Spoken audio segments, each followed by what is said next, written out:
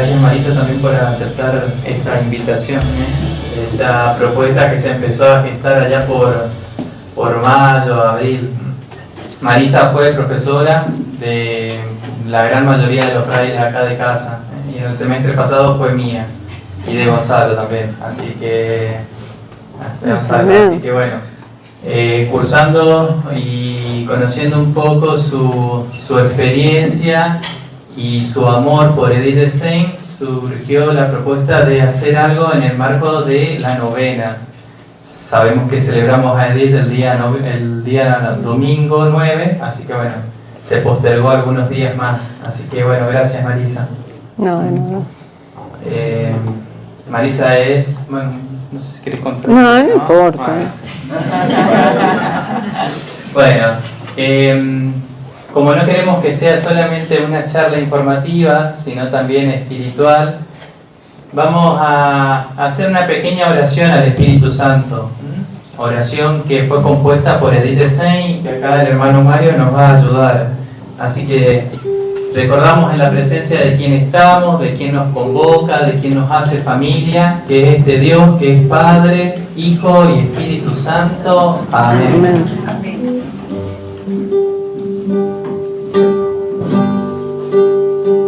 ¿Quién eres tú, luz que me inunda y la oscuridad de mi alma alumbra? ¿Quién eres tú, luz que me inunda y la oscuridad de mi alma alumbra?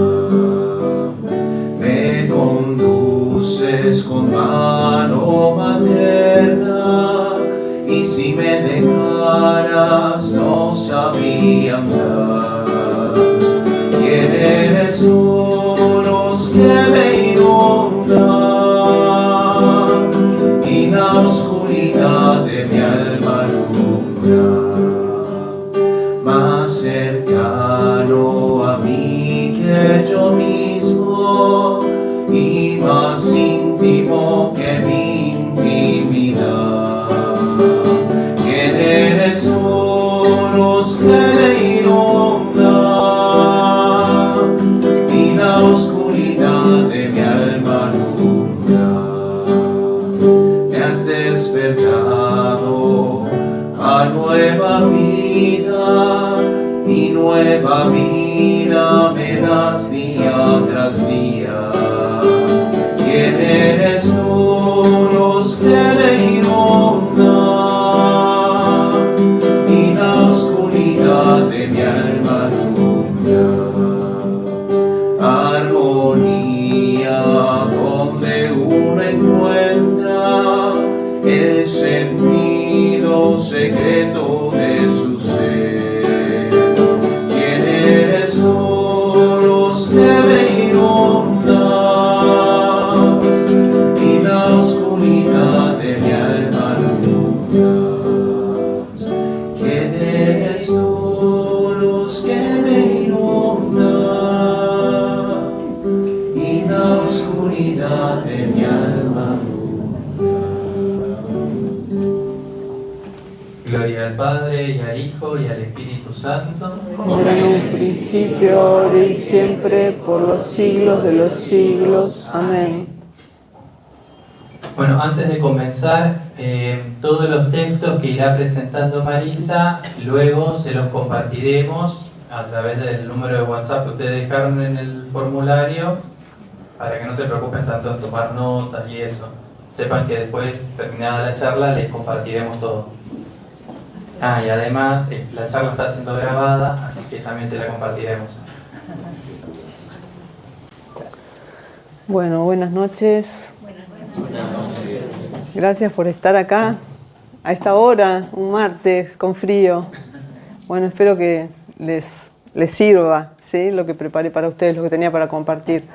Tengo mucho texto, me da pena los que están allá porque no lo van a poder leer, pero bueno, voy a tratar de leerlo yo de manera así pausada como para que puedan escucharlo. Y no se me duerman porque están ahí medio en las penumbras.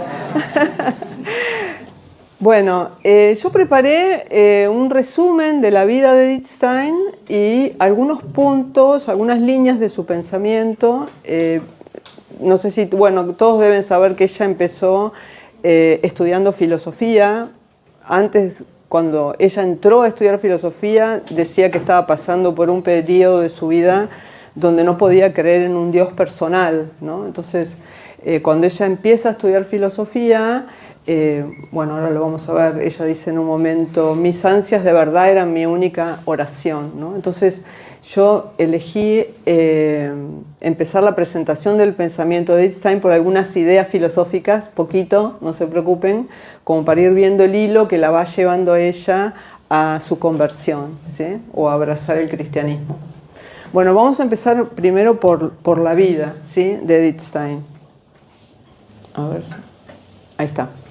Bueno, ahí es una foto de la familia de ella, era la séptima, eran 7 hermanos, ella era la más chiquita.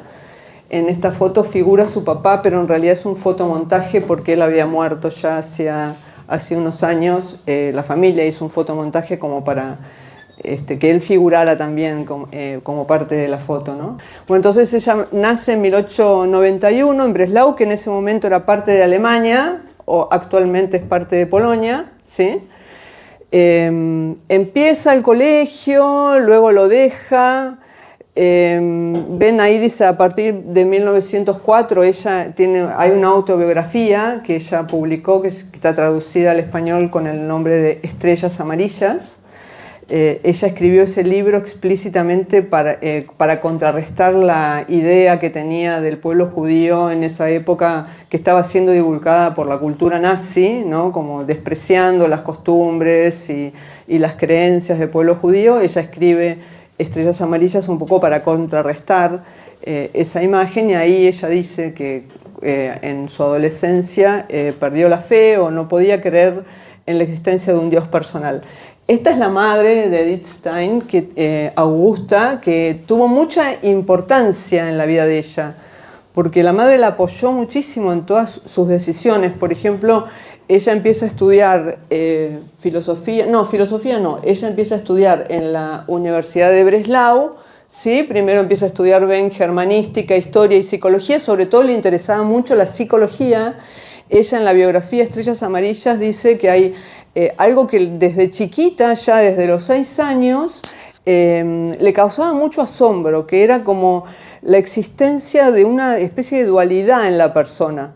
Como que todos teníamos como un mundo interior y un mundo exterior. Ella notaba que había como una dicotomía en la persona, y una de las cosas que le resultaba absolutamente fascinante era entender cuál era el sentido de ese mundo interior, ¿no? De algún modo ella fue tirando de ese hilo de intentar comprender a qué venía todo este mundo interior, y además ella percibía como que había distintas capas dentro de la vida interior, y esa búsqueda la lleva desde que era chica y se hace la pregunta hasta la mística, ¿no? Ella, como hay un tema transversal en toda su obra, que es la cuestión de la libertad, ¿no? Y ella en La Ciencia de la Cruz, que es el último libro que escribe, en honor a San Juan de la Cruz, que le habían pedido en el Carmelo, pues se cumplían 400 años del nacimiento, ella ahí dice que ese libro es como un testamento espiritual sobre el sentido de la libertad en la persona, ¿sí? Y el sentido de la vida interior.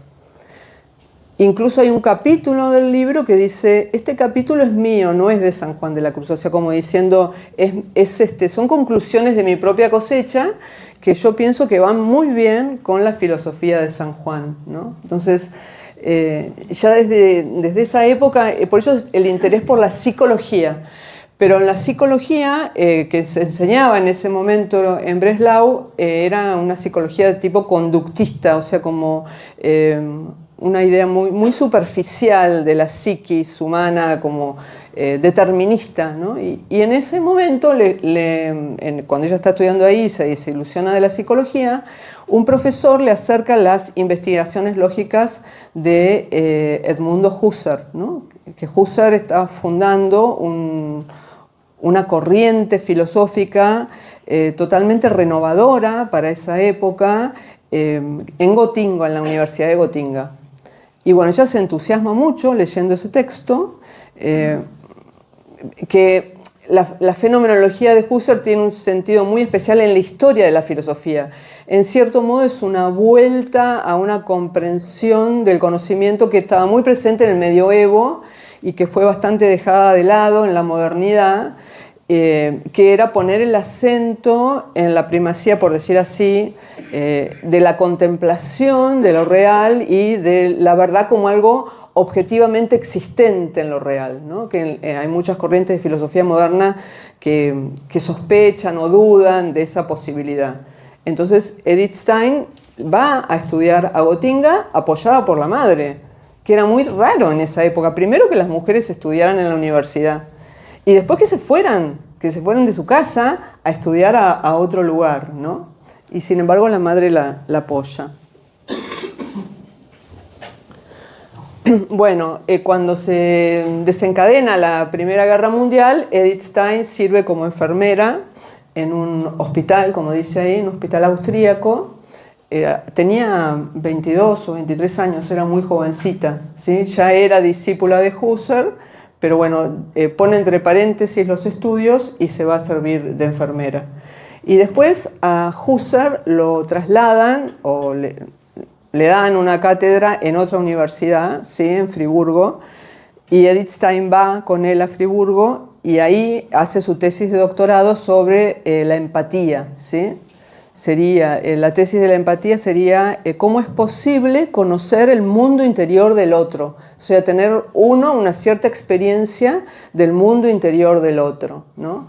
Y cuando termina la tesis de la empatía, o sea, al final de esa obra, ella ahí se pregunta por los valores religiosos, ¿no? Entonces dice, porque en el círculo de Gotinga había algunos filósofos cristianos, como por ejemplo Adolfo Reinach, que era protestante, los Konrad Martius, el matrimonio Konrad Martius, también estaba Max Scheler en ese momento. Entonces ella conoció mucha gente que tenía fe cristiana y valores cristianos, y entonces al final de la tesis de la empatía ella se pregunta, yo por empatía reconozco la existencia de los valores de la fe o de la religión en el otro, pero yo no soy creyente. ¿Eso significa que esos valores son falsos? Dice ella, ¿no? Al final dice, no, dice, significa que yo no los tengo, ¿sí? Y termina la tesis de la empatía con un signo de interrogación, ¿sí? Que quizás eso es una muestra de la honestidad intelectual de ella, porque otro filósofo, a lo mejor, no sé, que fuera ateo, no creyente o muy empirista, diría, no, esto es falso. Qué sé yo, por ejemplo, un Marx diría, no, es un pensamiento alienado, ¿sí? O sea, como tratar de entender la existencia de valores religiosos en el otro desde otro lugar, desnudándolos como falsos, ¿se entiende? En cambio ella no, ella dice, yo me doy cuenta que estos valores están en el corazón de esta gente, aunque no los tenga yo. Dice, ¿eso significa que no existan? No, significan que yo no los tengo nada más, pero no significa que sean falsos, ¿se entiende? Por eso es muy interesante, porque ella termina con un signo de interrogación la tesis de la empatía. ¿Se escucha bien? Sí. Bueno. Entonces, ella trabaja como asistente de Husserl. Husserl le pide que sea su asistente en Friburgo, pero después ella se da cuenta que no puede ser permanentemente la asistente de Husserl, entonces ella quiere tener una cátedra universitaria, cosa que no logra, porque en esa época sí podían estudiar las mujeres, pero de ninguna manera había, hasta el mismo Husserl no vota a favor de ella para cuando ella se postula para la cátedra universitaria, o sea, era impensable en esa época. Y después también fue impensable porque era judía, ¿sí? Entonces, primero por ser mujer y después por ser judía, nunca pudo acceder a una cátedra universitaria, pero nunca perdió la esperanza de poder acceder, siempre la peleó, pero no pudo acceder. Pero enseñó sí en colegios secundarios y en profesorados, ¿sí? Cuando ella se bautiza, después empieza a enseñar en un colegio de pedagogía en Münster a las mujeres, y antes de eso había enseñado en un colegio de dominicas. Bueno, ahí esa es una escultura en Münster, ¿sí? Donde enseñó Edith Stein. Y de esta época, cuando ella escribe, es cuando ella escribe la estructura de la persona humana, ¿sí? Entonces ya les conté de la tesis de la empatía, de su tesis de doctorado. Esta también es una segunda obra importante, que es la estructura de la persona humana, que en realidad ese es el libro más sencillo de filosofía para leer de Edith Stein. Porque como ella viene de la fenomenología, a veces resulta un poco difícil seguirla. Por ejemplo, Ser finito y ser eterno es un texto más difícil. O sea, tiene partes más claras, pero partes muy difíciles. En cambio, la estructura de la persona humana son sus apuntes de clase.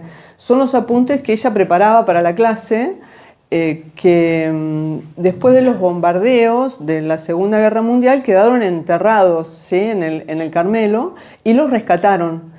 Y junto con esos apuntes también consiguieron los apuntes de las alumnas, y con eso armaron el libro La estructura de la persona humana, ¿sí? O sea, es un libro que sobrevivió a los bombardeos y quedó sepultado en los escombros. Si alguien quiere empezar a leer Edith Stein como filósofa, le recomiendo que empiece por la estructura de la persona humana, ¿sí? Bueno, entonces en el 33 ya no puede seguir enseñando, por ser judía también, y entonces ella entra al Carmelo. Pero bueno, antes de eso, ella se había... A ver, cuando no lo puse, antes de eso, cuando se bautizó... Acá está. Sí, en el 22 se bautiza, ¿sí? En general se dice que ella se convierte al cristianismo, o a mí me gusta más la expresión abraza el cristianismo, ¿no? Como que ella, entenderlo como un proceso, ¿no?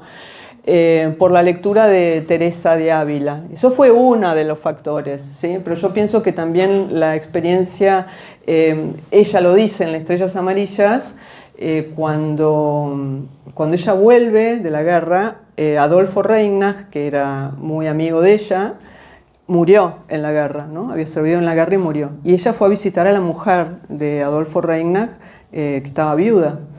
Y cuando se encuentra con ella, se pensó que la iba a encontrar destrozada, y no. La encontró entera y como muy esperanzada. Y entonces ella dice, ahí fue la primera vez que el misterio de la cruz se alzó ante mí, ¿sí? O sea, como que fue un proceso que tuvo como muchos, y ahora vamos a leer también un texto que ella escribió bastante antes de su conversión, donde ella habla de una experiencia religiosa, ¿sí? Yo pienso que lo de Teresa de Ávila, que influyó mucho en ella, fue el tema de las moradas, esta idea de que hay como distintos niveles de profundidad en el interior del corazón de la persona, porque ella ya eso lo desarrolla en la tesis de la empatía, esa idea. De algún modo, cuando lee a Santa Teresa, reconoce mucha sincronía, ¿no? Entre su pensamiento y el pensamiento de Teresa. Bueno, entonces ingresa al Carmelo de Colonna. Esa es una foto del día en que ella ingresa, ¿sí? En el Carmelo escribe Ser finito y ser eterno, que es su obra filosófica más importante, que es una obra que continúa una que había empezado antes, que se llama Acto y Potencia, porque ella cuando entra a formar parte de la iglesia, ella carecía de formación, totalmente, formación de lo que sería la filosofía cristiana. Y un sacerdote polaco que se llamaba Erik Sivara fue de algún modo el que se ocupó de que ella se formara o llenara ese hueco. Y entre las cosas que le propuso fue que tradujera del latín al alemán el De Veritate de Santo Tomás, que es un compendio de la filosofía de Santo Tomás. Y a raíz de esa traducción ella empieza a escribir Acto y Potencia, que son como nociones clásicas de la filosofía que no figuraban en la fenomenología. Y Ser finito y ser eterno es la continuación de esa obra Acto y Potencia. Hoy vamos a leer algunas partes de Ser finito y ser eterno. Antes de que me echen. Bueno, entonces, ocurrió que estaba muy peligroso quedarse en Colonia, entonces las hermanas decidieron que iba a ser más seguro que se mudara al Carmelo de Echt, en Holanda, por la persecución del nazismo. Y ella se va al Carmelo de Exner, Holanda, con su hermana Rosa, porque la hermana de ella, Rosa, también no entró o sea, no hizo votos, pero trabajaba, servía en el Carmelo. Y la acompañó a Echt. Pero ocurrió que los obispos de Holanda sacaron una carta en contra de la persecución de los judíos. Y entonces, al domingo siguiente, en represalia, todos los judíos que se habían convertido al cristianismo, se los llevaron. Y entonces ahí cayó Edith Stein, estando en Holanda, la llevaron a ella y a su hermana Rosa a Auschwitz, ¿sí? El día 2 de agosto. Ella no terminó de escribir La ciencia de la cruz. Está inconcluso. Es un libro amplio, pero está inconcluso. O sea, ella no dio ya lo terminé, ¿sí? Y se cree, o sea, a ella se la recuerda el 9 de agosto, pero no hay certeza absoluta que ella muriera el 9 de agosto en Auschwitz. Se cree que es alrededor del 9 de agosto cuando ella murió, ¿sí? Bueno, eso es en pocas palabras la vida de Edith Stein.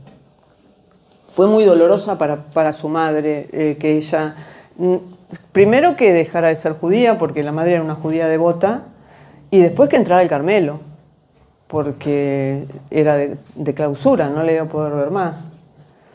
Y después también para ella, ¿ven? Esta es una escultura que hay en Colonia, en honor a Edith Stein, ¿sí? Que tiene como las 3 grandes etapas de su pensamiento. Para los que están allá, está en un primer momento está ella con la estrella de David acá. Después está ella con la cara partida al medio, como indecisa o como pasando un momento de crisis. Porque imagínense, el pueblo judío está siendo perseguido y ella entra al Carmelo, ¿no? Es difícil tomar esa decisión, porque también podía ser vista desde afuera como que ella se estaba escondiendo o estaba buscando un refugio, ¿sí? Y también por su madre. Dolorosísima fue la separación de la madre, pero la madre le escribe a ella, cuando ella está en el Carmelo, una carta de despedida, porque sabía que le quedaba poco tiempo de vida, y le escribe una carta de despedida, o sea que no terminaron peleadas, ¿sí? Pero bueno, fue una situación muy difícil para las dos, ¿sí?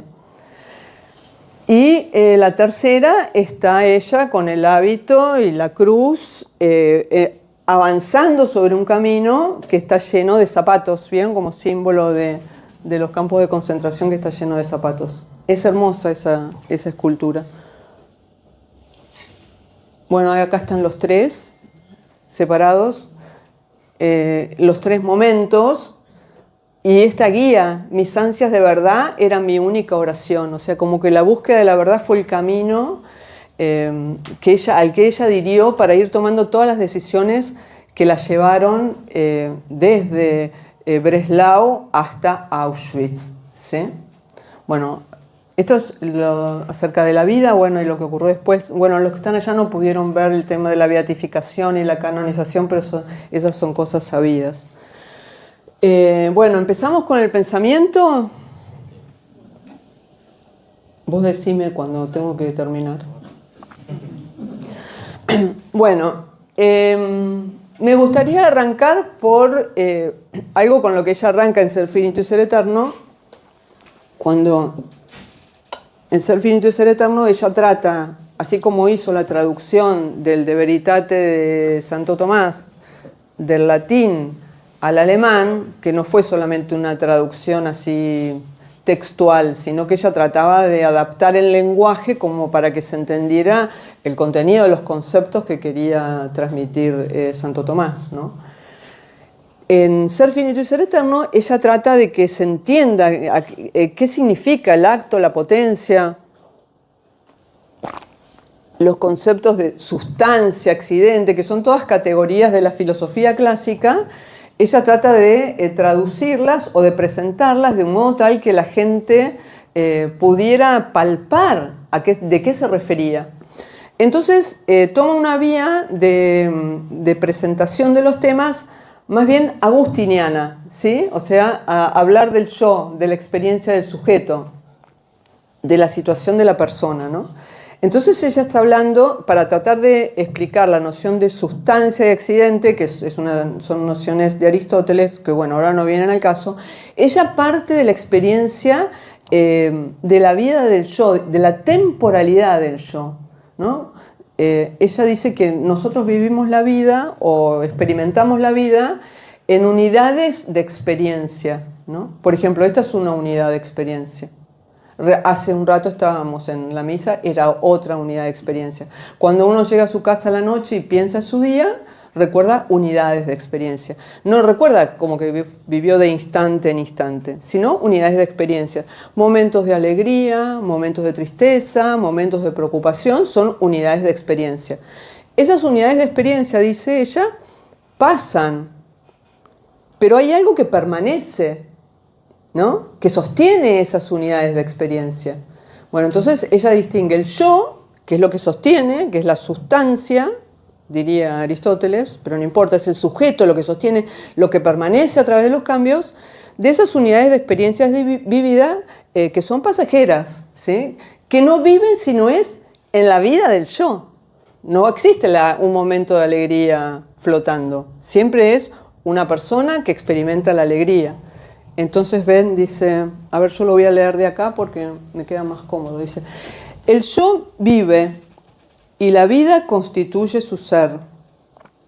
Vive ahora en la alegría, poco después vivirá en el ansia y más tarde nuevamente en una reflexión. Generalmente vive simultáneamente en diversos contenidos de vivencia. La alegría se desvanece, el ansia pasa, el pensar cesa, pero el yo no pasa y no se termina, sino que está vivo en cada ahora. Con esto no queremos decir que le corresponde una vida eterna.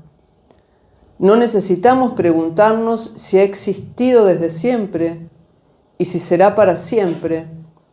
Solo debe quedar indicado que no comienza y no pasa como las unidades de vivencia, sino que es algo vivo y que su vida se llena de diferentes contenidos. Entonces ven la diferencia, ¿no? Por un lado está el yo y por otro lado que sostiene los distintos... ¡Ay, hice lío! Que lo quería poner más para acá. ¡Uy, qué tonta! Ah, bueno, no fue tan grave. Bueno, entonces, bueno, eso por un lado. Entonces después ella se pregunta, ¿cómo es? Pero a ver, esto es... Sí. ¿Cómo es entonces la vida del yo? Que es la que sostiene todos esos distintos momentos existenciales de la persona. Entonces dice, el yo... Está por ahí, está bien prenderla, ¿no? Así no se duerme. Bueno, entonces dice, el yo es, por lo tanto, en relación con aquello a lo cual da el ser, o sea, esos momentos de experiencia, con aquello del que y en el que asciende al ser, un ente en sentido eminente, en el sentido de la relación del que sostiene con lo que es sostenido, ¿sí? Gran parte de la filosofía de Edith Stein podría concentrarse en ese verbo, sostener, ¿sí? El yo es lo que sostiene esos distintos momentos. Pero ¿quién sostiene al yo? Eso es lo que ahora se pregunta. ¿Quién es el que sostiene al yo? ¿Se sostiene a sí mismo? ¿Se entiende? ¿O necesita a su vez ser sostenido?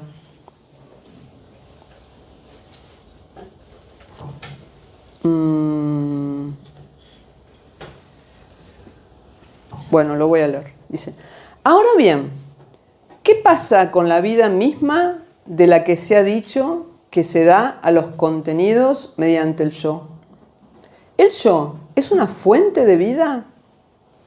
Puesto que la vida es el ser del yo, esto significaría al mismo tiempo que tendría su ser por sí mismo.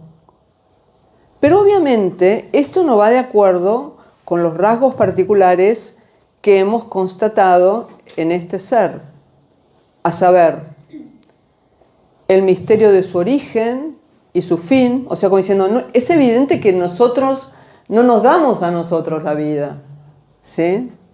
Porque no sabemos ni de dónde venimos ni a dónde vamos, ¿sí? Tampoco podemos provocar nuestras propias experiencias, o sea, ella antes había hecho todo un inventario de estos déficits del yo. No podemos considerar que el yo, que no tiene idea de dónde viene, dónde va, que no se puede dar a sí mismo la existencia, sea la fuente de su propia vida, ¿sí? Entonces dice, a ver, seguir más adelante, dice, se encuentra como una cosa viva, estoy más abajo, como ser presente y al mismo tiempo como proveniente de un pasado y prolongándose hacia un futuro. El yo mismo y su ser están inevitablemente allí. Es un ser arrojado en la existencia, ¿sí? Esa expresión del ser humano como arrojado en la existencia es de Heidegger, que era condiscípulo suyo. Pero Heidegger decía que el hombre estaba arrojado en la existencia. Venía de la nada, iba hacia la nada, estaba sobre la nada, ¿sí? O sea, en ese momento la filosofía de Heidegger parecía llevar a un pensamiento más bien nihilista. Pero Edith Stein parte de la misma experiencia diciendo, yo no me doy a mí mismo la existencia, realmente estoy como arrojado en la vida, pero eso para ella es signo de otra cosa. ¿Ven? Dice, mi ser, en el modo como lo encuentro dado y en el cual me encuentro a mí misma, es un ser inconsistente. Yo no soy por mí, y por mí soy nada. En cada instante me encuentro frente a la nada, eso es de Heidegger, ¿ven? Y debo recibir como regalo de instante en instante de nuevo el ser. ¿Ven? O sea, yo no me doy a mí el ser, entonces eso significa que alguien me lo está dando. O sea, la experiencia de la propia contingencia, de la fragilidad de la propia vida, es a la vez la experiencia de que mi vida, mi existencia, procede de algún lado, me está siendo dada. ¿Se ve? Joseph Pieper decía, no habría problema en la expresión de Heidegger que el hombre está arrojado en la existencia si se admitiera que hay un arrojador, si hay alguien que lo arrojó. Bueno, en esa línea es lo que está diciendo Edith Stein. Si soy contingente, si no me doy a mí la existencia, si hoy estoy y mañana puedo no estar, es porque alguien me está sosteniendo en la existencia. ¿Ven? Así como el yo sostiene sus vivencias, el yo necesita ser sostenido por otro ser. Por eso dice, sin embargo, este ser inconsistente es ser, y yo en cada momento estoy en contacto con la plenitud del ser. ¿Por qué? Porque constantemente estoy siendo sostenida en la existencia. O sea, Dios me da la existencia y me la conserva, me la sostiene, ¿sí? Entonces ven, esto les traigo como un rasgo esto solo de filosofía, vamos a ver, como un rasgo a partir de la experiencia de la temporalidad, que era un tema que estaba muy en el aire en la época de Edith Stein, mismo la obra de Martin Heidegger se llama Ser y Tiempo, ¿sí? Y hay otros filósofos que se dedican a reflexionar sobre el tema de la temporalidad. Esa pasa a la idea de la necesidad de que el tiempo sea sostenido desde la eternidad, ¿sí? Como el tiempo no se puede sostener a sí mismo porque es un pasar constante, ¿sí? Entonces tiene que haber alguien que sostenga el ser temporal desde la eternidad. ¿Ven? Dice, de cara a la innegable realidad de la fugacidad de mi ser, prorrogado, por decir así, de momento en momento, siempre expuesto a la posibilidad de la nada, está la otra realidad, también inconfundible, que no obstante esta fugacidad, yo soy, y de instante en instante soy conservada en el ser, y que yo, en este ser fugaz, encuentro algo duradero. Sé que soy conservada, y por eso estoy tranquila y segura, no es la seguridad del hombre que está sobre terreno sólido por mérito propio, pero es la dulce y alegre seguridad del niño, sostenido por un brazo robusto, seguridad objetivamente considerada no menos razonable. ¿O sería razonable el niño que viviese con el temor continuo de que la madre lo dejara caer? En mi ser me encuentro con otro ser que no es el mío, pero que es el soporte y el fundamento de mi ser, de por sí sin sostén y sin fundamento. ¿Sí? Ya solamente con un razonamiento que empieza en la filosofía, si ustedes se toman el momento de contemplar lo que ella está diciendo, esa experiencia del carácter contingente de la propia vida, de la necesidad que la existencia sea algo que nos sea dado, regalado, y que hay alguien que nos sostiene, ¿sí? Ella pasa de la filosofía a una cierta dimensión mística, ¿sí? Porque si uno contempla eso, si es capaz de contemplar esa verdad, ¿no ven? Ella dice, en mi ser me encuentro con otro ser. Hay otro ser en mí que me está sosteniendo. Entonces pasa como de la filosofía a la mística, ¿se ve? En sentido amplio, ¿no? ¿Te puedo hacer una preguntita? Sí. Ella escribe esto, ¿ella ya estaba convertida Sí. o esto la lleva a la conversión? No, ella ya estaba convertida acá. Porque Ser fin yo ser eterno la escribe ya en el Carmelo. ¿Sí? Pero ahora viene muy bien tu pregunta, porque les voy a leer algo que ella escribió antes de bautizarse. 2 o 3 años antes de bautizarse. Tiene un libro ella que se llama Introducción a la Filosofía, y ahí está hablando de distintos fenómenos. Y en un momento habla del fenómeno religioso, ¿sí? Y entonces, al hablar del fenómeno religioso, cuenta una experiencia propia. Esto fue antes de su conversión. Pero fíjate la continuidad de ideas, ¿no? El contenido conceptual es muy parecido. Y dice, ¿dónde reconocemos el fenómeno religioso? Dice, en el sentimiento de seguridad que se apodera a menudo de nosotros cuando nos hallamos precisamente en una situación desesperada, cuando nuestro entendimiento no ve ya ninguna salida posible y cuando sabemos ya que en el mundo entero no hay ninguna persona que tenga la voluntad o el poder de aconsejarnos y ayudarnos. Entonces, en ese sentimiento de seguridad, nos percatamos de la existencia de un poder espiritual que ninguna experiencia externa nos enseña. Sé que soy conservador. No, me fui para el otro lado, perdón. No sabemos qué va a ser de nosotros. Ante nosotros parece abrirse un abismo y la vida nos arrastra inexorablemente hacia adelante. Porque la vida sigue y no tolera ningún paso atrás. Pero cuando creemos que vamos a precipitarnos en el abismo, entonces nos sentimos en manos de Dios, que nos sostiene y no nos deja caer. Y en tal vivencia no solo se nos revela la existencia de Dios, sino también lo que Él es, su esencia. Se hace visible en sus últimas irradiaciones.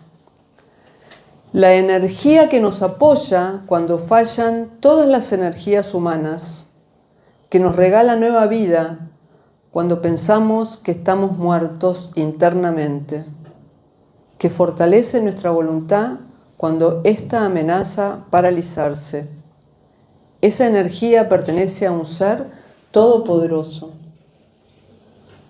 La confianza que nos hace admitir que nuestra vida tiene un sentido, aunque el entendimiento humano no sea capaz de descifrarlo. Nos hace conocer la sabiduría divina y la confianza en que este sentido es un sentido de salvación, en que todo, aún lo más grave, se halla finalmente al servicio de nuestra salvación, y en que además ese Ser Supremo se apiada de nosotros cuando los hombres nos abandonan, y en que ese Ser no conoce en absoluto ninguna depravación. Todo eso nos muestra cuál es su bondad total. ¿Ven? Y esto lo escribe antes de bautizarse, como 2 años antes, ¿sí? Es una experiencia maravillosa. A mí me da mucha esperanza Edith Stein, porque es una mujer inteligente, profunda, y nos comparte su experiencia, entonces uno es como que se llena de esperanza. Bueno, entonces, este sería las ideas que les quiero compartir. Primero, esa experiencia de ser sostenida por Dios, ¿no? A la que también después le va a dar una argumentación filosófica, porque esta experiencia es anterior a Ser finito y Ser eterno, y después ella es como que la capitaliza para insertarse dentro de una tradición de la historia de la filosofía que habla de que Dios nos regala la existencia, ¿no? Pero además, Dios guía a la persona desde adentro, ¿sí? Esa presencia es una presencia personal. Ya ahí vieron en esa experiencia religiosa que ella cuenta, ya ahí aparece el perfil de una persona. Ella decía que no podía imaginarse la existencia de un Dios personal. Y en esa experiencia ya empieza a aparecer la figura de un Dios personal, que la sostiene, que no la abandona, etc. Y además que la guía, ¿sí? Ven, ella dice, las decisiones que yo he tomado siempre procedieron de una hondura que yo misma desconocía, ¿sí? Había algo que le impulsaba desde adentro a tomar determinadas decisiones, que eso es lo que está en lo que cantó del Espíritu Santo. Ella después escribe ese poema.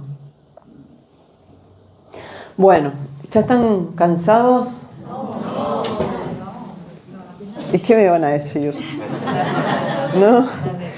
Bueno, entonces, ¿pero cómo nos guía? ¿Sí? Esa sería la idea. Bueno, Dios nos guía desde adentro, pero ¿cómo nos guía? ¿No? Entonces, es muy importante justamente el tema de cómo orientar la libertad en Edith Stein. Por eso está tan unido el mundo interior a la experiencia del ejercicio de la libertad. ¿Cómo nos guía Dios en nuestra vida?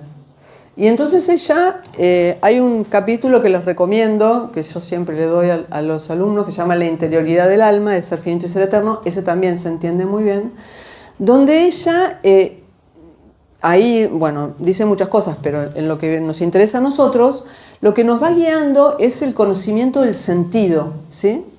En las determinadas situaciones que nosotros atravesamos, lo que nos salva, por decir así, es nuestra capacidad de atención, ¿no? De atención al sentido o a los valores que están en juego en esas situaciones. Que esos son los que nos van a alumbrar para tomar las decisiones, ¿no?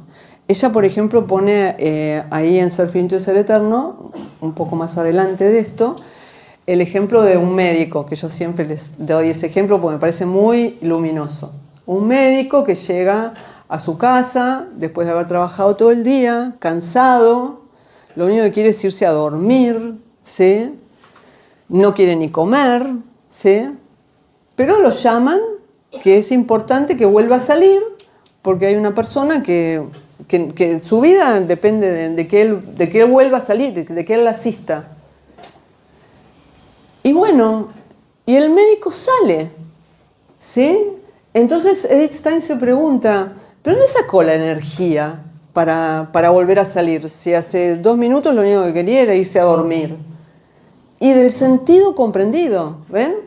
El sentido no es algo lógico solamente, ese sentido que está lleno de un valor. Hay una persona que necesita que yo salga. Entonces, si yo llego a comprender a fondo, estar presente a fondo a esa realidad que me reclama y comprendo su valor y su sentido, obtengo la fuerza para obrar en consecuencia. Entonces, la vida de la persona se juega en esa cosa tan sencilla que es prestar atención, comprender lo que la realidad me pide y responderle. Entonces, ahí se va formando mi misma personalidad. Es un ida y vuelta entre comprender la realidad y responder, ¿no? Entonces, mi vida se va llenando de esas huellas que van dejando en mí esa experiencia vital que va conformando mi propio perfil, ¿sí? O sea, yo me voy realizando en una vivencia profunda de la temporalidad, ¿sí? Que si bien todo pasa, hay valores y realidades que tienen un peso enorme, y mi respuesta al tiempo va, a su vez, desarrollando mi nombre propio, ¿se ve? Entonces ella dice, la vida personal espiritual del alma está injertada en un gran complejo que tiene una significación que es al mismo tiempo complejo funcional. O sea, se entiende en ese sentido, genera una actitud, una actividad. Cada sentido, una vez comprendido, exige una conducta correspondiente y posee al mismo tiempo una fuerza motora para impulsar al alma a realizarse. ¿Ven? Es una ética que no tiene nada que ver con la idea de la norma, el deber, en el sentido de que de voluntarismo, ¿sí? Al revés, estar absolutamente metido en la realidad y reconocer lo que la realidad pide. Romano Guardini hablaba del imperativo del presente, que la ética se reduce a escuchar el imperativo del presente, lo que la realidad pide, ¿sí? Entonces, encontramos generalmente el término motivación para designar esta movilización del alma por un móvil pleno de sentido y fuerza. Se percibe de nuevo aquí cómo el sentido y la fuerza están ligados el uno a la otra en la vida espiritual. ¿Ven? En términos de ética sería la capacidad de ver, la sabiduría y la fortaleza. Están unidas, ¿no? La fuerza espiritual surge cuando el hombre entiende el sentido de lo que lo reclama, ¿sí? Simone Weil habla del deber irrenunciable. Cuando yo me doy cuenta perfectamente de lo que está en juego, no puedo, no... ¿Se ve? Entonces, en general lo que hacemos es que miramos un poquito, miramos así nomás y miramos para otro lado porque es difícil, ¿no? Comprometerse a fondo. Por eso es tan importante la atención como fuente de sentido. Y miren lo que dice ella después más adelante en Ser Finito y Ser Eterno. Dice, en el fondo de toda exigencia plena de sentido que se presenta al alma con una fuerza de obligación, hay una palabra de Dios. No existe ningún sentido que no tenga en el Logos su patria eterna. ¿Sí? Es como que Dios está hablando a través de la creación. Y aquel que con empeño acoge en sí tal palabra divina, recibe precisamente con esta palabra la fuerza divina para corresponderle. ¿Sí? Bueno. ¿Estamos? ¿Sí? Otra manera de la que Dios nos guía es la conciencia moral, ¿no? Que estaría dentro, es un poco de lo mismo, pero ponemos el acento en otro lugar ahora. La conciencia de la persona, ¿sí? Miren, dice, la conciencia revela cómo los actos están arraigados en la profundidad del alma y retiene al yo, a pesar de su libre movilidad, en esta profundidad. La voz que sale de lo... Porque ella dice que cuando el yo está en su centro, ella habla del centro, pero no sería... Estar en el centro no sería un lugar, sería una actitud. ¿Cuál es esa actitud? Es la actitud de presencia, ¿no? Estar en el centro es estar presente a mi mundo interior y a la realidad, ¿no? Estar presente a eso. Eso sería estar en el centro. Entonces dice, la conciencia retiene al yo, porque si el yo se va a la superficie, ahí pierde perspectiva, la mirada se vuelve parcial. Entonces, estar en lo profundo es estar plenamente atento y presente. Entonces, la conciencia lo retiene, porque cuando yo estoy en mi centro, cuando estoy presente a lo real, ahí soy dueño de mí mismo. Si no me transformo como en una hoja que el viento lleva de un lado al otro, ¿no? Entonces por eso dice que la conciencia lo retiene. Entonces la voz que sale de lo profundo lo llama sin cesar a su lugar para responder allí de su acción. y para comprender lo que produjo su acción. Porque los actos dejan sus huellas en el alma. Enseguida el alma se encuentra en un estado diferente del anterior. O sea, como diciendo, es muy importante hacia dónde dirigimos nuestra conducta, porque eso va labrando nuestra identidad. Por eso es importante la presencia y que esa presencia pueda captar el sentido de lo real. Y entonces ahora dice, esto es re importante, dice, el alma es un algo en sí, es tal como Dios la ha puesto en el mundo. O sea, cada uno de nosotros es algo en sí. Ese quid, o sea, la esencia individual de cada persona, este tema es muy importante en Einstein, tanto que ella se aleja de la manera de definir, ella no le convence la manera de definir la individualidad que tiene Santo Tomás, siguiendo la tradición de Aristóteles, y busca otra manera de definirla en Duns Scoto, porque para ella, que esto también es bíblico, Dios creó el alma de cada uno singulariter, ¿sí? Cada uno es irreemplazable, cada uno de nosotros es irreemplazable. Por eso, bueno, eso sería un tema de filosofía un poco aburridísimo para ustedes, pero a ella no le convence, ella se toma el trabajo de buscar otros caminos para entender esa singularidad de la persona. Entonces dice, y este quid, o sea, cada uno de nosotros, ese quid sería el qué, que el quién de cada uno, posee su naturaleza particular, que imprime su marca propia en la vida entera, en el curso de la cual se desenvuelve. O sea, cada uno es un personaje irreemplazable, ¿sí? En el mundo. Entonces dice, en su interioridad el alma experimenta, cada uno de nosotros, lo que ella es y cómo es, de una manera oscura e inefable que le presenta el misterio de su ser, en cuanto misterio, sin descubrírselo enteramente. O sea, nunca terminamos de conocernos a nosotros mismos, de conocer esa singularidad que nos define. Por otra parte, ella lleva en su quid la determinación de lo que debe llegar a ser. O sea, en cada uno de nosotros hay como una promesa, una potencialidad. Podemos llegar a ser esto y no otra cosa. Podemos crecer infinitamente, si se quiere. O sea, siempre podemos crecer y desarrollarnos. No nos va a alcanzar el tiempo de la vida para desarrollar esa potencialidad.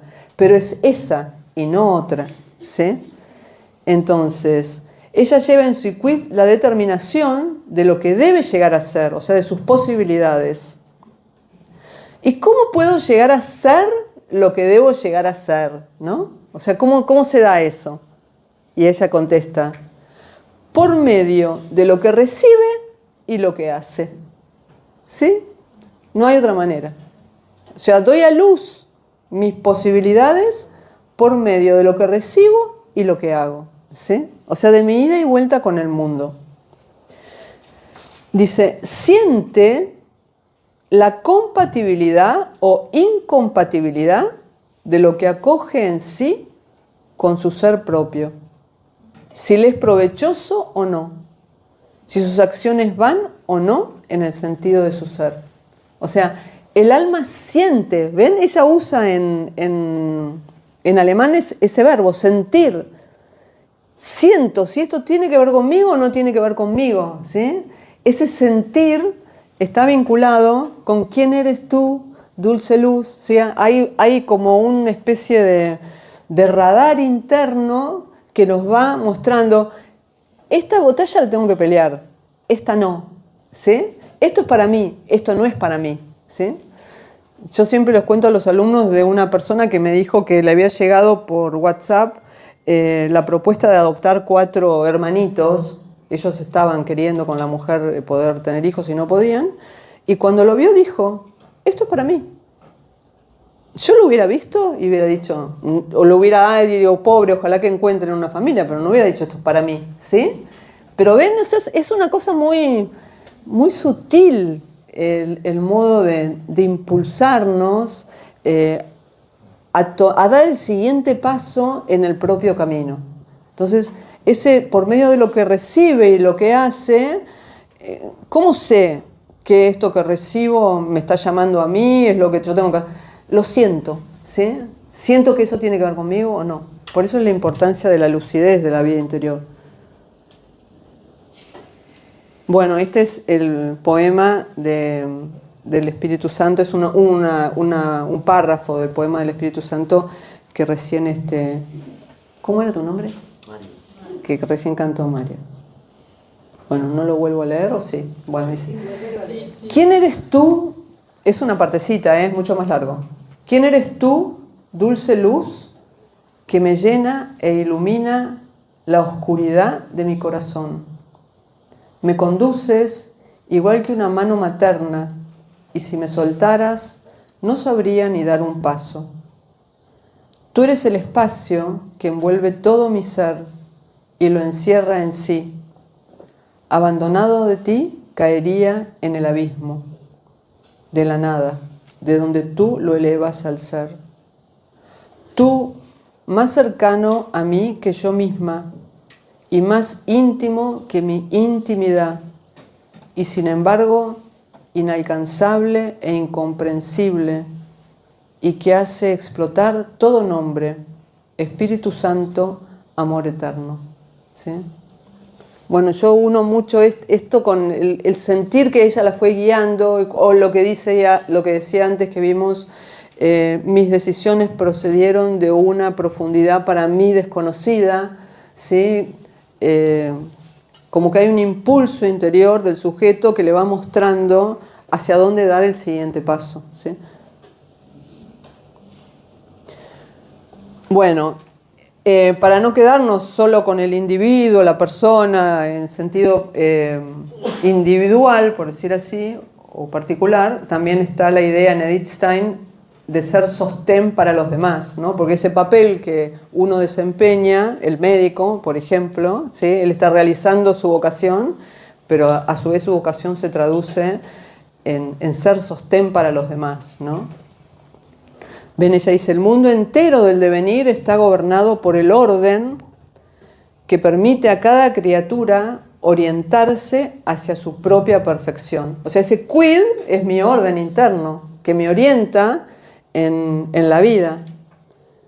Pero esa orientación a la realización de lo propio significa también, o la otra cara de eso, es ayudar a los otros a encontrar la vía de su perfección. Cada uno en su propia vocación se realiza a sí mismo ocupando un lugar en la vida de los demás. Es muy tarde ya, ¿no?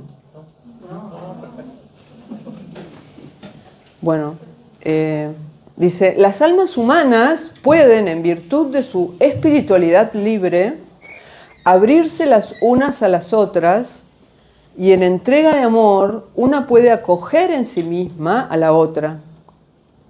Así como Dios nos sostiene con su amor, uno también puede sostener a los demás con su amor.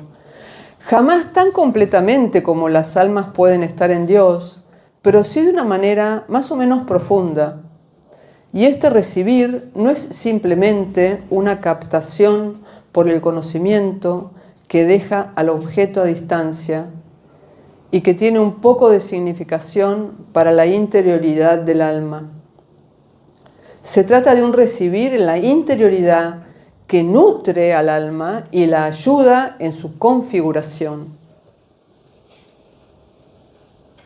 Bueno, esto es un concepto de Edith Stein que es el tema de la irradiación, ¿no? Cuando una persona crece y está desarrollada en lo suyo, y ella encarna esa idea, ejerce sobre los demás una influencia no deliberada, ¿sí? Irradia algo que atrae a los demás hacia su persona. En los evangelios se dice que Jesús tenía autoridad, ¿no? Y usan la palabra exousia, una autoridad que surgía de su mismo ser, ¿no? Que irradiaba de su mismo ser, no una autoridad externa, sino una autoridad que salía de su misma naturaleza. Bueno, yo pienso que tiene eso mucho que ver con la irradiación que trata de definir y de promover Edith Stein, ¿no? esa capacidad de influir sobre los demás simplemente por la presencia de la persona, como que transmite algo que genera una atmósfera beneficiosa para los demás, ¿no? Dice, de la interioridad más profunda resulta también la irradiación de la propia esencia, el involuntario salir espiritual de sí misma. Mientras más recogido está el hombre en lo más profundo de su alma, tanto más poderosa es esta irradiación que emana de él y atrae a otros a su círculo.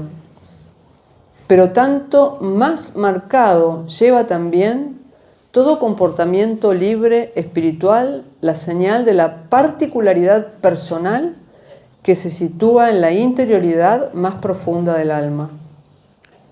Además, el cuerpo está más fuertemente impregnado de ella y por ello mismo espiritualizado, como que se encarna y se transmite también a través de los movimientos corporales, ¿no? Bueno, termino con esta cita, el tema de ser sostén para los demás. Tal generación, o sea, la vida que genera la comunión de personas, es posible solo en personas espirituales y es incluso posible en cuanto puramente espiritual, en la unión de amor de los espíritus que se abren enteramente los unos a los otros y son fecundos en el curso de su unión esencial, por la atmósfera que partiendo de ellos irradia a su entorno y quizás también por las obras que llevan a cabo en común y por las que reproducen su espíritu. Se podría decir que toda comunidad de personas finitas tiene su arquetipo en la Trinidad Divina. Evidentemente, la imagen es infinitamente lejana e imperfecta, como toda imagen finita de lo eterno, ¿sí? Pero sería como la forma más alta de vida, que es la vida trinitaria, es el modelo de toda forma excelente de vida, ¿sí? La vida en comunidad sería como un reflejo de la vida trinitaria. Ay, ¿me tienen paciencia? Sí. Me faltan dos. Este tema que es la forma más alta de la libertad que ella desarrolla en la ciencia de la cruz, y el último que es cortito, que es la entrega a la propia vocación. ¿Sí? Bueno, un martes inolvidable. Bueno, entonces, es que es mucho contenido, ¿no? Hay que aprovechar. Bueno, entonces, como les había dicho, la ciencia de la cruz es lo último que ella escribe y ella pone que es su testamento espiritual en la introducción al libro, ¿no? Y entonces ahí uno de los temas que desarrolla es cuál sería la forma más alta de libertad. Bueno, que ustedes ya se la estarán imaginando, pero bueno, lo vamos a escuchar en palabras de ella. Dice, el hombre está llamado a vivir en su interior y a ser tan dueño de sí mismo como únicamente puede serlo desde allí.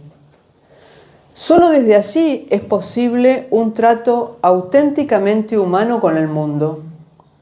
Solo desde allí puede hallar el hombre el lugar que en el mundo le corresponde. Acuérdense, cuando ella habla de interioridad, habla de presencia, ¿sí? Porque hay distintos modos de presencia o niveles de presencia del hombre a lo real, ¿sí? Entonces, la vida interior más plena va a ser la que esté en mayor medida presente a lo que es. Y lo que es incluye todo, ¿sí? Entonces, pero aún siendo esto así, ni él mismo llega nunca a penetrar del todo en ese interior suyo.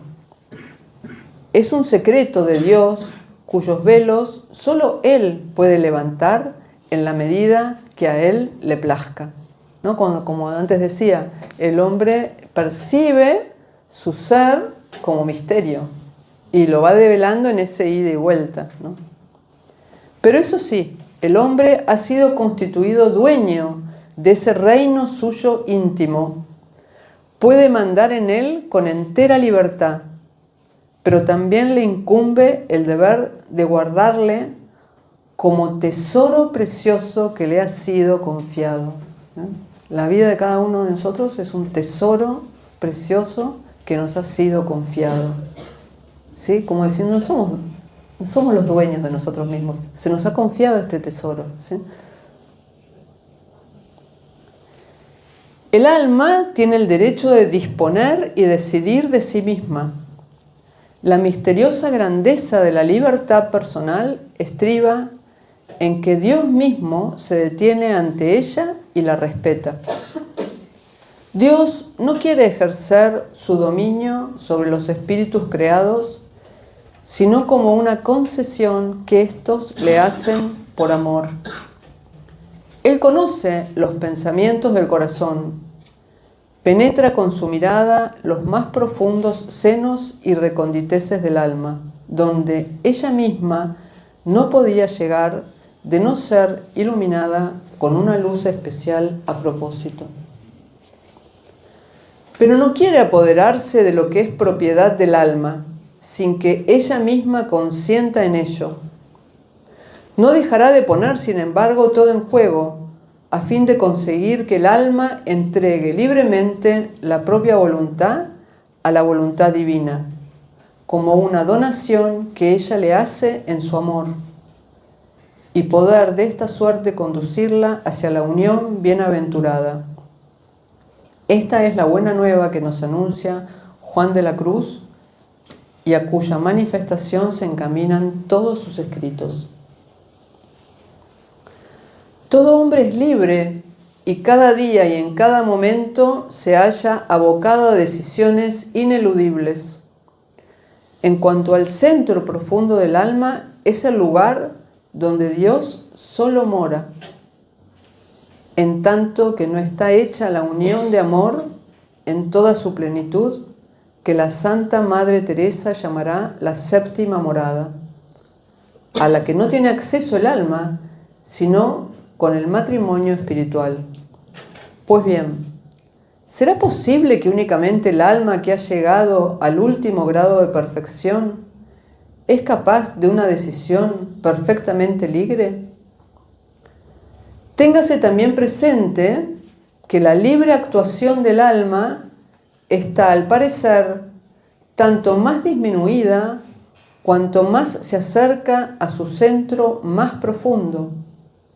Y cuando ya ha llegado allá, es Dios quien hace todo en ella, y ella no tiene nada que hacer sino recibir en actitud pasiva o receptiva. Sin embargo, en esta actitud receptiva es donde cabalmente se pone de manifiesto la participación de su libertad, participación que se hace mucho más decisiva, por cuanto si Dios hace aquí todo, es porque primero el alma se le ha entregado más por entero, y esta entrega constituye el ejercicio supremo de su libertad. El santo mismo describe el matrimonio espiritual como una entrega libérrima de Dios al alma y del alma a Dios, y atribuye tal poder al alma que se encuentra en este grado de perfección que no solo es dueña de sí misma, sino que lo es también de Dios. Hay, pues, para este altísimo grado de la vida del alma una absoluta consonancia entre las enseñanzas místicas de nuestros santos reformadores y la concepción según la cual el centro más profundo del alma es también el centro de la más perfecta libertad, que es la tesis de ella, ¿sí? Ya voy terminando, Aquel a quien Dios mismo ha hecho la gracia de introducirlo en el propio interior y se ha entregado a él por entero en la unión de amor, ese tal tiene resuelto el problema de una vez para siempre. Ya no tiene sino dejarse guiar y llevar por el Espíritu de Dios, que sensiblemente le está empujando y tiene en todo lugar y momento la conciencia de hacer lo que debe. En la gran decisión que ha tomado, en un acto de suprema libertad, van incluidas todas las decisiones posteriores, las cuales se irán produciendo en cada caso por sus pasos naturales. pero desde el simple buscar una decisión justa en un caso determinado, hasta llegar a estas alturas, hay un largo camino que recorrer, si es que en verdad hay algún camino que a ellas conduzca, ¿sí? Porque es gracia, ¿sí? Bueno, eso es en cuanto al grado más alto de libertad, que era la inquietud que ella tenía desde que era chiquita, cuál era la finalidad de ese mundo interior. Y lo termina plasmando y dando una imagen en la ciencia de la cruz. En Ser Finito y Ser Eterno también aparece, pero no con tanta claridad como en la ciencia de la cruz. Y el último tema, que es el tema de la vocación, de afirmarse en la propia vocación. En la ética clásica se habla de la virtud de la fortaleza, ¿no? de la capacidad del hombre para persistir en lo propio. Y una de las formas de la fortaleza, que es la paciencia, en griego se dice hipomoné. Hipo quiere decir debajo y moné quiere decir permanecer. Entonces, permanecer en el bien, permanecer en aquello que uno eligió, aquello que uno sintió que era lo propio, ¿no? Y bueno, y a ella, cuando estaba en el Carmelo, ella había sido enfermera en la Primera Guerra Mundial. Y ahora en la Segunda Guerra Mundial, que está en clausura, ella ve que las hermanas están como inquietas porque no quieren ayudar, ¿no? Entonces ella escribe este texto donde dice, al final del texto, ¿no? Se llama Ave Cruz Spes. Espera, ¿cómo era el último? Ave Cruz Spes Única. Dice, el mundo está en llamas. El incendio puede alcanzar también a nuestra casa. Pero en lo alto, por encima de todas las llamas, se eleva la cruz. Ellas no pueden quemarla. Ella es el camino de la tierra al cielo. Quien la abraza con fe, con amor y esperanza, es llevado hasta el seno de la Trinidad. El mundo está en llamas. ¿Te sientes impulsada a apagarlas? Mira a la cruz. Desde el corazón abierto brota la sangre del Redentor. Ella apaga las llamas del infierno.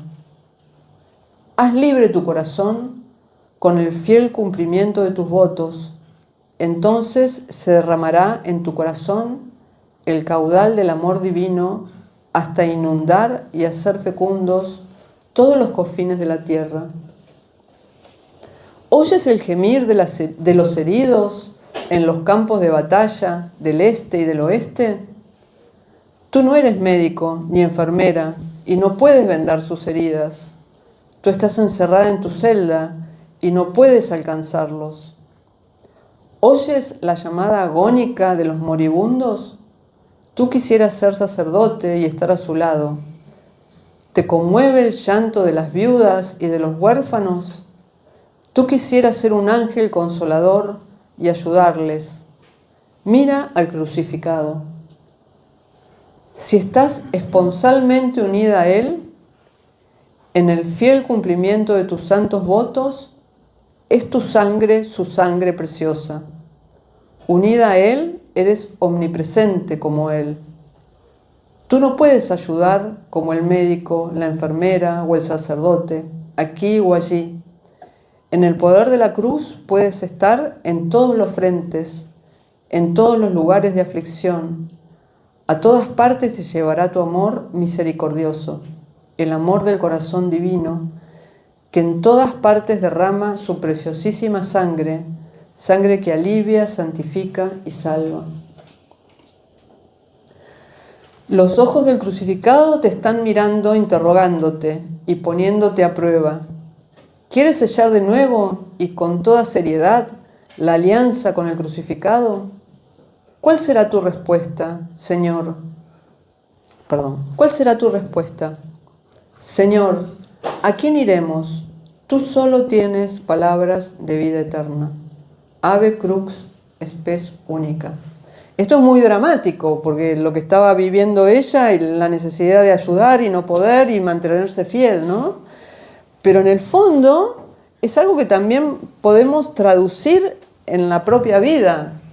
O sea, evitar la tendencia a la dispersión que tenemos, ¿no?, en el mundo contemporáneo. Porque bueno, esto es especial, tiene una densidad espiritual muy, muy dramática.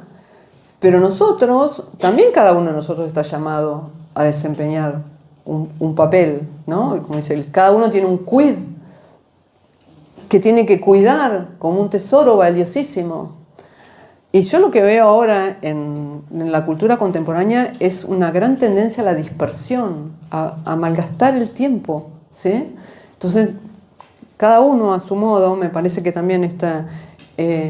o sea, es un llamado a perseverar en lo propio, pero no de manera superficial o poca cosa, sino tratar de ir hasta el final con lo propio, ¿no? Cada uno sabrá qué es lo que eso significa, ¿no? Pero la perseverancia a no dejar de cuidar ese tesoro que nos ha sido confiado, a no malgastarlo, ¿no? A no pasar la vida y que la vida nos pase por el costado, ¿no? Yo creo que Edith Stein, ese es un legado clarísimo, ¿no? La seriedad con la que ella vivió su propia vocación o su vocación de ser humano hasta el final, ¿no? Entonces, pienso que eso sería bueno que nos quedáramos, ¿no?, pensando.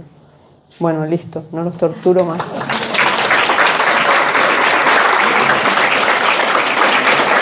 ¿Tenéis tiempo como 2 preguntas? Sí.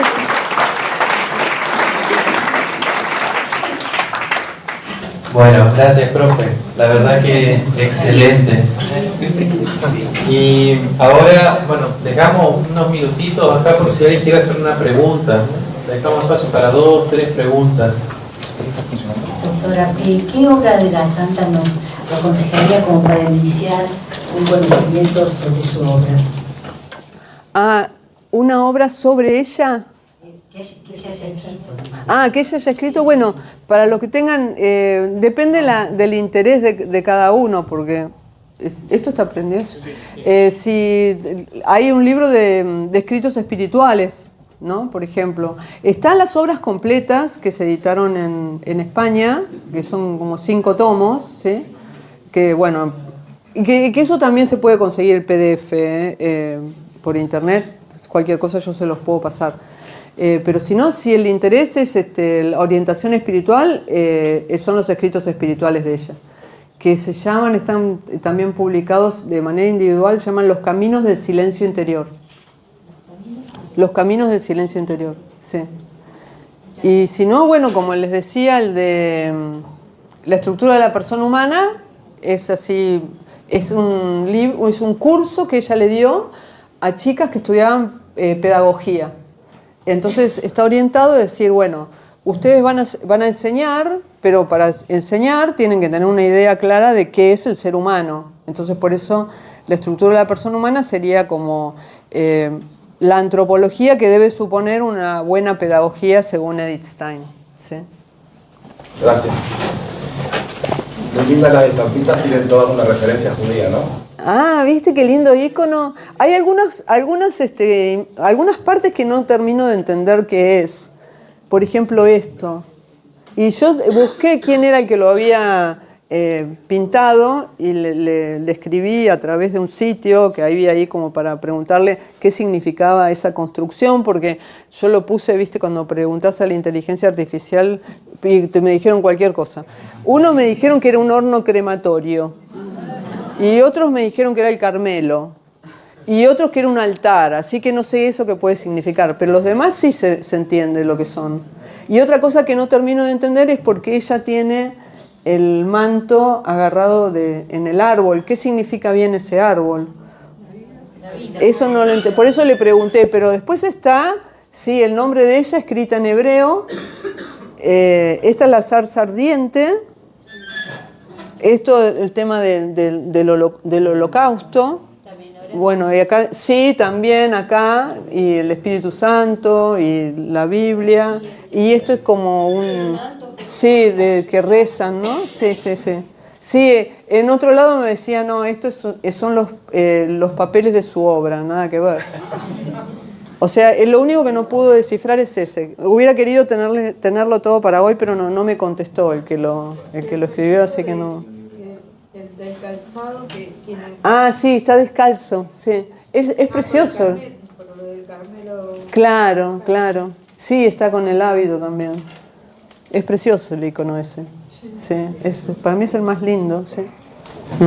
La pregunta que tenía, a ver si la puedo construir porque no conozco las palabras, pero sería como una ontología al revés de Heidegger, porque si yo entendí algo, es que el ser, con mayúsculas, el ser eterno es consistente, es como el brazo fuerte, decía usted, Sí. y el ser, con minúsculas, el ente del yo sería inconsistente y finito. Sí. Es al revés que Heidegger, ¿no?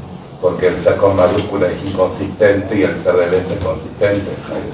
Sí, ella en varias partes de Ser Finito y Ser Eterno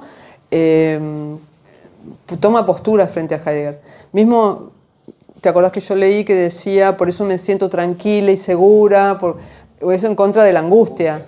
Claro, sí. Igual eso del ser con mayúscula inconsistente y el ser... eso no te lo sé decir porque... Como al principio habló de la consistencia. No, sí. Pero no sé cómo lo dice Heidegger.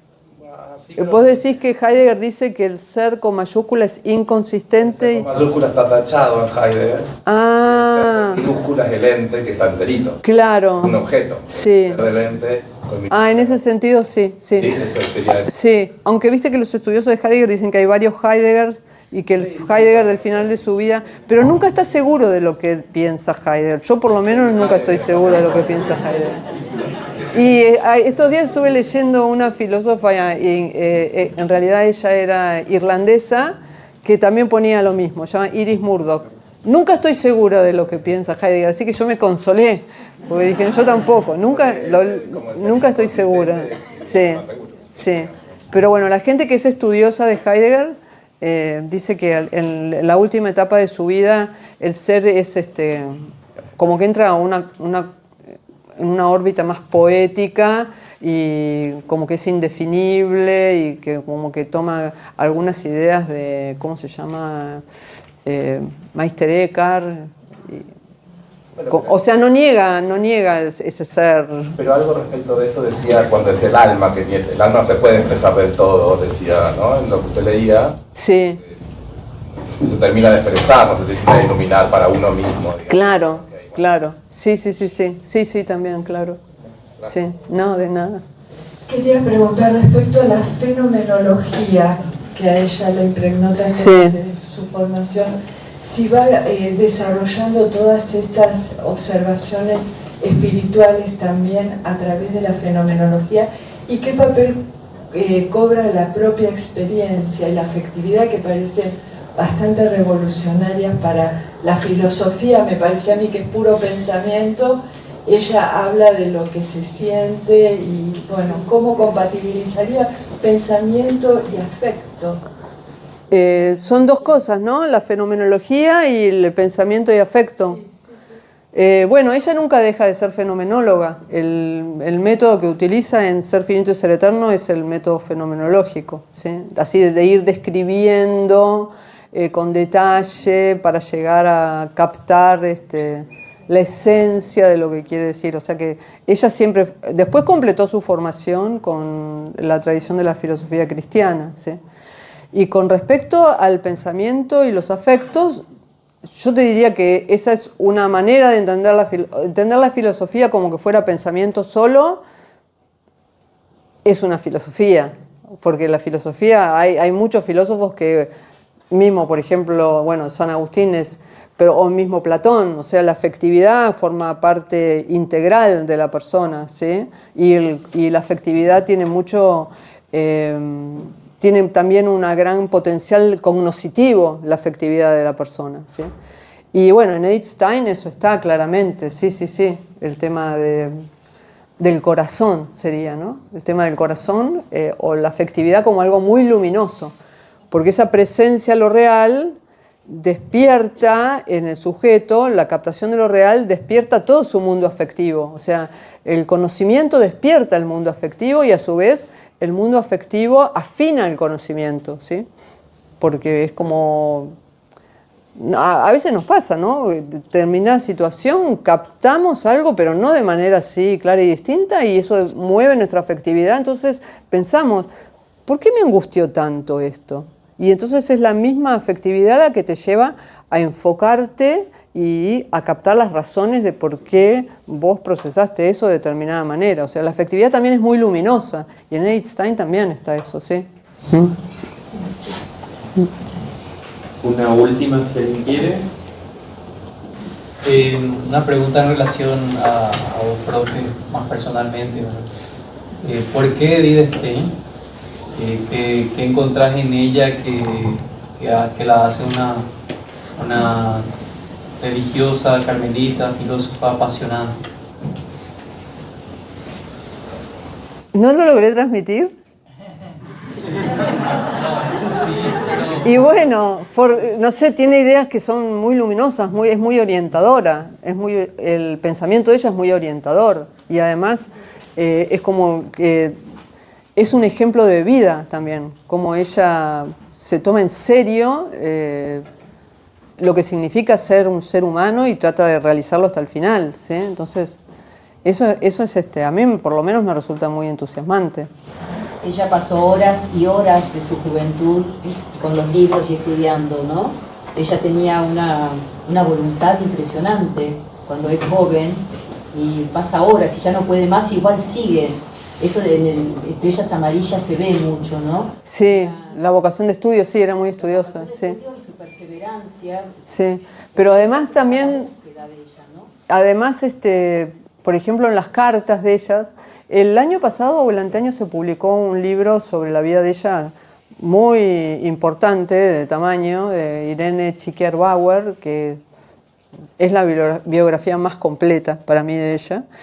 Y también registra todas las relaciones que ella tenía a través de las cartas, cómo se ocupaba de los demás, compañeros de estudios que le pasaban sus tesis para que se las leyera y le hiciera observaciones, o sea, muy generosa con su tiempo, con los demás, o sea, no solamente de lo de ella, sino también que se ocupaba de las demás personas.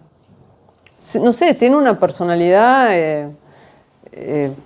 muy atractiva, ¿sí? Más en la época que le tocó vivir, como ella era fiel a lo que la atraía, y como iba siguiendo todos los temas hasta el final. La iluminación que ella presenta de la vida interior de las personas también me parece, vos lo lees y decís, sí, esto es así, decís, esto es así, o esto debería ser así, o sea, es como muy orientador el pensamiento de Edith Stein. Y a su vez todas las experiencias que ella transmite son muy esperanzadoras. No sé qué más decirte.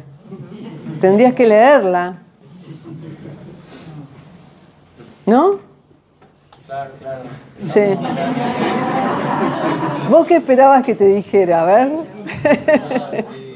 O sea, mi pregunta iba más en el ámbito de, capaz que toca un poco la fibra personal y todo eso en cuanto a tu historia.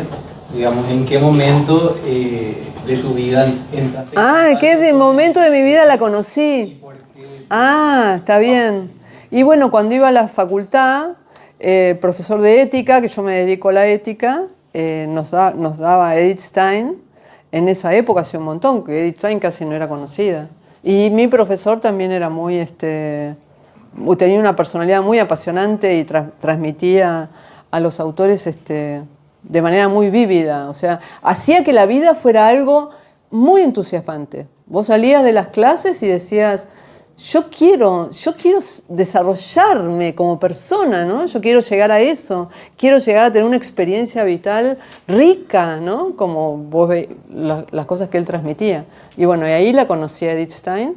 Después no se tradujo a Edith Stein por mucho tiempo. La traducción con que yo empecé a leerla era en italiano, recién del alemán al italiano. Y la leímos en italiano con un grupo de amigas que la íbamos traduciendo, después se tradujo al español, o sea que a mí me acompaña Edith Stein hace un montón de años, sí. Es una de mis santos de cabecera. No es la única, pero es una de santo de cabeza. Bueno, Marisa, te agradecemos por tu presencia, no solamente tu conocimiento intelectual, sino sabemos que hablas desde tu profundidad y de tu experiencia de vida. Lo corroboramos acá, pero también los que fuimos tus alumnos, la verdad que es un orgullo haberte tenido como profesora y que nos compartas ese conocimiento tan profundo y acercarnos a Adith que muchas veces para el Carmelo es como un enigma. ¿Ah, sí? Y muchas veces no se la conoce con esa profundidad y también con un mensaje actualizado y todavía vivificante en estos tiempos, ¿no? Creo que es muy lindo con el texto que finalizaste porque nos muestra de que estamos llamados a vivir con profundidad, con perseverancia y no a buscar algo que está lejano a nosotros, sino que la realidad misma es aquella en la que Dios nos llama a vivir con plenitud. Así que muchas gracias y bueno, queremos hacerte un presente de parte de la parroquia y de la comunidad. Ay, bueno. Mucho, pero bueno. Gracias. Fíjate que no se te desfonde. Gracias. Agarrarle de abajo porque Ah, gracias. No, gracias a ustedes. Por esta oportunidad de hacerla conocer a ella.